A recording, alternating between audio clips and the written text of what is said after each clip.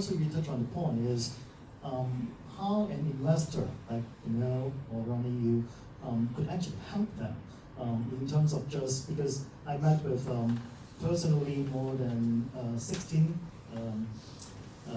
startups for the last 2 days, and a lot of them have told us that they are not just looking for money; they're looking at knowledge and know-how to actually help them to come to our part of the world.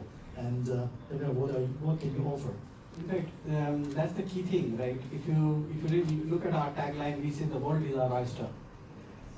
So essentially, you see one of the biggest drawbacks of VC or startup investing is it has been 100-mile radius of where the VCs are. That's how it came up in the Bay Area. Over these 70, 80 years, many such dots have come up: Helsinki, Berlin, London, Singapore. How do we join Tel Aviv? How do we join these dots? And that's where you create an access. That's where you create an ecosystem where you get the best of the breeds match in terms of the producer and the consumer. And that's what we try to do, and that's how we do the cross-border.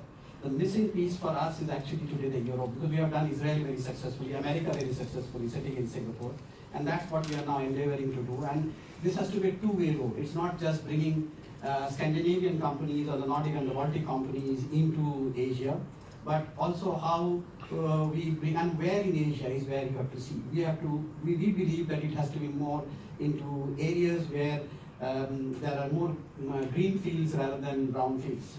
And for us, we think that the time that we are living in, probably China is a bit of a stretch. And that's where people should look at places like Thailand, like Bangladesh. Like, for example, look at these statistics.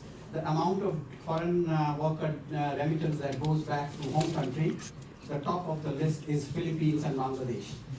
So these are significant things that we can look at, and the Nordic companies has the technology, has the talent, and they've actually done it that way. If you see the whole Southeast Asia, it's all an archipelago kind of a thing. It's like an European Union. Small countries, different languages. In fact, probably the European Union example, probably this ASEAN should adopt, make it a single currency regime kind of thing.